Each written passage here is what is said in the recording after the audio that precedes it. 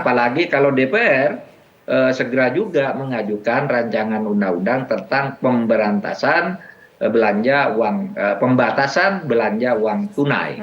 Jadi pembatasan belanja uang tunai itu begini, Mas, Mbak. Ya.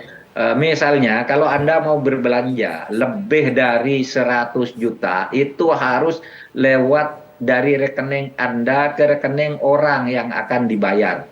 Karena Anda berbelanja atau bertransaksi dengan orang itu. Tidak boleh uang tunai. Karena apa? Selama ini korupsi-korupsi yang besar itu kadang-kala dilakukan melalui uang tunai. Gitu. Tidak jelas dari mana tiba-tiba orang mendapat uang satu koper dalam bentuk dolar dan sebagainya.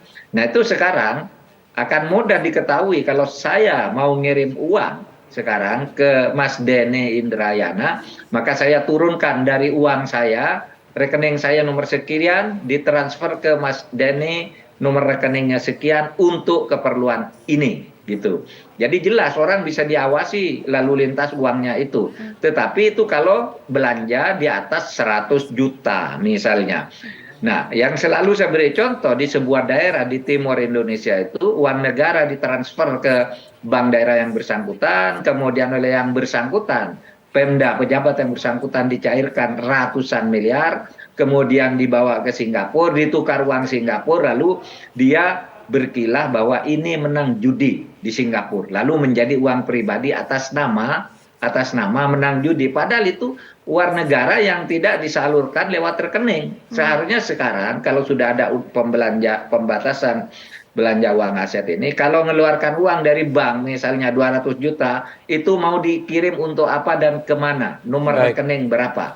Kalau melakukan di luar itu, ya itu bisa dianggap melakukan tindak pidana. Nah itu indah sekali kalau Indonesia itu punya dua undang-undang ini menyusul berbagai undang-undang yang ada. Yaitu Undang-Undang Perampasan Aset dan Undang-Undang Pembatasan Belanja Uang Kartal.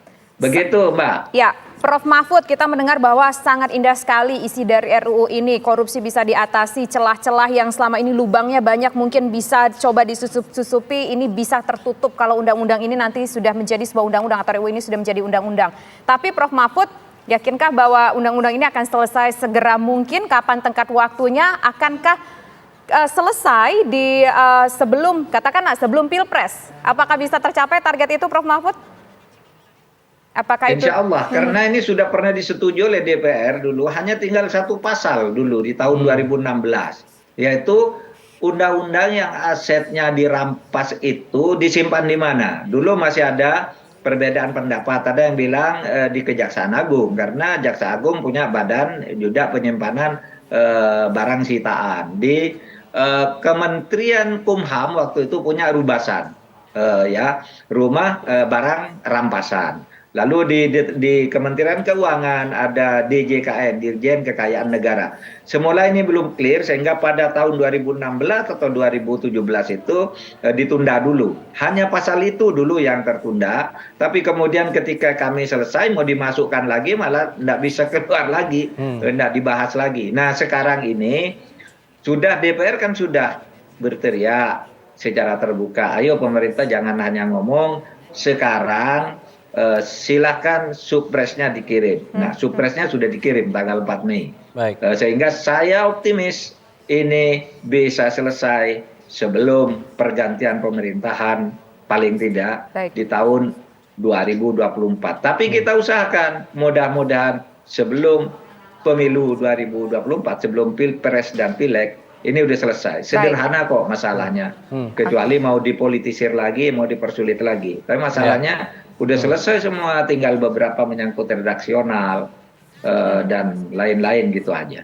Baik. Terima kasih Prof. Nanti kita akan tunggu bagaimana jalannya pembahasan ini di DPR. Terima kasih sudah bergabung sama kami dan selamat bertugas kembali di Labuan Bajo di KTT ASEAN Summit 2023. Selamat sore. Assalamualaikum.